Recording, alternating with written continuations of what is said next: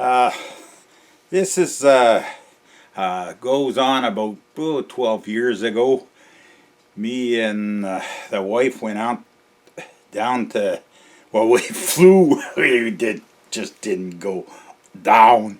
We flew to Anchorage, Alaska, for the great mush race that I did around. And this is a picture of me and my lady there while we're out there. But here we go. Another. Well, we'll call it a Bronco adventure. It's I was maybe 35, 40 years ago. Yeah, 40 years ago. I had bought. It was 1964, I think it was. Don't could be off by maybe 10 years. I bought a Bronco. Remember those Broncos? They were Ford, four-wheel drive. Was kind of stumpy, that way and that way. It was known to flip over, and it was jumpy if you were on a bumpy road. I had bought this truck thinking I had the. It's in the days I was going fishing a lot, and you get stuck when you go off the road a little bit, So I bought this truck. It was a construction company that owned this, and really was. Anyways, I won't tell the whole story, but I had bought this truck. It wasn't expensive, maybe $300-400 worth.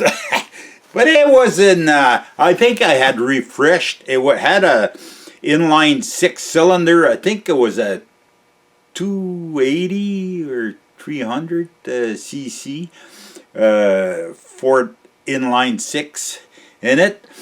Well, it was real basic. It had the shifter 3-speed on the steering column, and but I had the low and high range and full drive or 2-wheel drive. So it was a basic 4-wheel drive, and but it had one good thing. It had a lock rear end, and in those days they didn't have just a little pen spring in there to lock it, and unlike like GM has in this truck right here. Anyway, so we go fishing. Me and my cousin, we go fishing with this Bronco, and we went far in the bush. Like I won't. This is around Lady Smith, but you guys don't know where that is. But it's far. It's out, let's say, in the back 40, and so we're going to Lake Cawood. It was in early spring, and the water's flowing, and we get to a creek, and there used to be a few years back. There was a old logging bridge, like just trees and a bunch of trees the other way, and two main ones going. But the water had washed that out. It was flowing pretty good, So I look at that, and then I take a branch and I poke at it, I still have visions in my mind, So I poke at the creek, and I say, well, it's not that bad, So I take the fan belt off the fan in front. So I go down into the creek. I got water on the hood, okay? But prior to that, I had decided I'm not spending half an hour in the creek before I pop out the other side, I'm going in and I'm going out. So I more or less floored it, Went down. There's water on the hood. Then when I went back up, the bank was a little bit steep on the other side, My back door open, and I don't know what I had, but I remember I had two 5 gallons. One of them was half full, and it didn't stay inside the truck. When the door opened, we seen it floating down the river, and it was bye-bye. 5 gallon. And it's not that the gas was that expensive then. The 5 gallon was worth more than the gas was. But anyways, so the back door had opened on the way up on the bank, and I had lost a few things. I don't remember, but we weren't going to go after that. It was just too far. So we're going out in the bush, and we're going to Cawood Lake. These lakes were part of, they used to have, in Quebec, they used to have leases, like clubs used to lease like a bunch of lakes from, I think from the province, and they'd have exclusive rights to the fishing on these lakes, and nobody was allowed to fish on these lakes, But at one time, then they opened up the leases, and it was open to everybody, and we were exploring that avenue, But I had, like, just to tell you the extent of how I find these lakes and the different stories and talking to people. And I even went here in Ottawa, they call that Mines and Survey. They had the topographical map, see?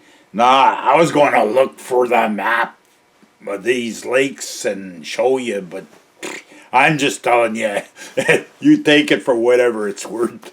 I had topographical map, and I even bought some with it wasn't infrared, but maybe it was infrared. And you can tell the old logging roads there, like that vegetation had started growing, But you can tell the old logging roads just by the different color of the infrared, the different color. It'll show you the old logging roads, and it was just twigs, like, and you could drive, but you never drive down the same way that you come back, because you'll be meeting them, and it won't be too good for your radiator in front, because a lot of them would break on your way in, But anyways, and we had gone to this lake, and Lake Cawood was the name of the lake. There was another one too, just beside. It was Tuffet Lake, but eventually, come to think of it, we didn't have a boat. We hadn't brought a boat. We just went in, and there was a place right close to where you come in. There was a rock cut, and we had put out a few lines, and there was some nice gray trout in there. I had caught, just by memory, it was around a 20-pounder. Okay, maybe it increased by 5 or 6 pounds from the time I caught it to now. But anyways, there was some nice fish in that lake, and me and my cousin had caught a few nice ones, And but the whole thing, we thought this lake was in the bush and far away, but by the maps I had never noticed, but we couldn't go there because we didn't have no boats, but way at the other end of the lake, you could see there was a little cabin, and you could see there was somebody there. How they'd get in, and there was a farm from the main road. There was a farm, and they had some fields, and this was past their fields, so they'd probably come in on the farm and go to their cabin. And they were alone on that lake, but we thought we were alone until we heard somebody at the other end. And we even seen one time we were up there, we even seen a plane land on the lake, and it was a real steep, it was a mountain, Cawood Mountain was the name of the mountain. But anyways, that plane landed on the lake, and he went fishing.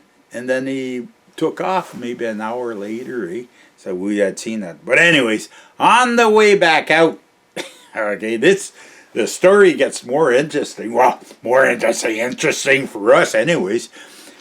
It was in the springtime, and there was still a lot of snow all over the place, eh? And the back lights on the Bronco weren't. It was getting dark, eh? And the lights weren't working at the back of the Bronco, so I had to do. Police had stopped me in the Wakefield, so, and these were more or less municipal police. So I had to do some fixing on the on the back light. So I was under the bumper in the back, poking around with the wires and the Mars, trying to get the lights going. And then I hear this squeaking and squealing, and I just look, and I see this car sideways in the in the crook in the road. We're not on the main road. We're on the side road. This was a road coming from another lake, Lac Philippe. But anyways, and this guy's sideways. Well, he never made the crook in the road. He just kept going straight past to the right. I was on the right hand shoulder. He passed to the right of me, ended up in the ditch. He never let off on the gas, eh? He just went right, and it was kind of a mushy with snow and everything.